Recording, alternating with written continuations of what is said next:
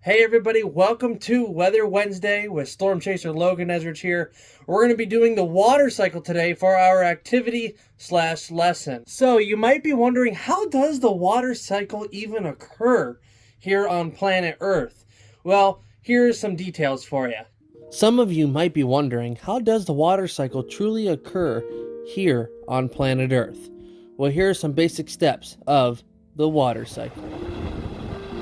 Our key component to the water cycle is obviously water from streams, oceans, lakes, ponds, and many more areas of the water source. Sunlight is also another key component, as this causes evaporation of the lakes and water sources high up in the atmosphere. Condensation occurs high up in the sky due to the sunlight evaporating the water sources from the ground. Clouds begin to form. Once these clouds are formed up and become too heavy with water molecules, rain begins to fall. As the rain hits the ground, you'll get runoff. Runoff collects in ponds, lakes, streams, rivers, and oceans, and many more areas. This begins the water process or water cycle all over again, as the sunlight beams down on the runoff areas, creating evaporation and starting the process all over again. Alrighty guys, to do our water cycle experiment today, the supplies you're going to need are a water bottle, a nice Sharpie, some blue food coloring, and a Ziploc baggie. Also, please make sure you have masking tape or painter's tape for this experiment. Alrighty, now it is time to decorate your bag. We want to have a Sharpie, blue food coloring, and water for our next steps coming up.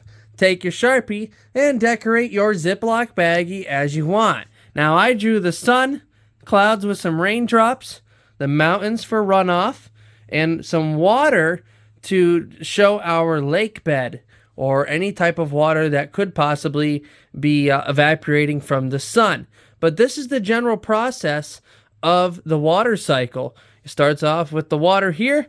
The sun begins to evaporate the lake, which causes clouds to form. Once those clouds become too heavy, rain will fall and will hit the mountaintops or any landscape, and that will turn into runoff, which will run into any lake beds or any water streams, tributaries, anything like that, and the water cycle will restart all over again from the lake or any water source, evaporating up into the air, causing clouds, and so on. Now, step one of starting your water cycle is taking your Ziploc baggie and opening it up as such. Make sure it's nice and open.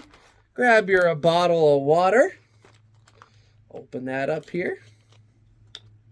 And be sure when pouring it in, don't try to get it on the sides of the bag. Try to get it right down to the bottom here.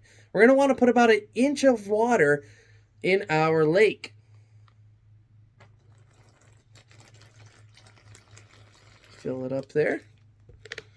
As such, as you can see, I do have my water in my lake now. Step number 2 will be to take our food coloring that we have and safely put it in here into our bag. This blue food coloring will represent the color of water. Now, I have a question for everybody. Do you think when the water evaporates and forms clouds in our bag, do you think it will evaporate blue, or do you think it will evaporate clear? Now, let me know in the comments below what you guys think. Will it evaporate blue or clear when it falls out of our clouds? Is it going to rain blue or clear? So, we're going to safely put a few drops of food coloring in. Be sure not to try to get it on the sides of our baggie here. Alright, now that we have our food coloring into our Ziploc baggie, take a look at this. Look at my lake. Look how blue it is. Isn't that awesome, everybody? Alright, now we want to safely, carefully seal this up as best as we can. You don't want anything coming out of this, as the condensation from our lake, once the sunlight hits it, will disappear if it's open. So we want to close that nice and tight, everybody, okay? So close your Ziploc baggie nice and tight. We got our doodles here, our sun, our clouds, our awesome raindrops, our runoff mountains, and our lake bed. Now, let's go over to the window and see what we can do with this. All right, now, you want to grab some masking tape as well, folks, okay? We want to hang this on our window. Now, I just used a little small piece of tape real quick to demonstrate this, but you want to use some masking tape or some painter's tape on your window. That way, tape doesn't get stuck to your window. You don't want to use duct tape, okay? You want this baggie to hang in direct sunlight. This is the only way that our water cycle process will occur, okay? So, hang this in direct sunlight in your window, and within a few hours, you'll see some condensation building up here. Once the condensation becomes real heavy, you'll actually see rain fall down your side of your bag onto your runoff areas and into your lake bed. And that process will keep happening until all this water in our lake is evaporated.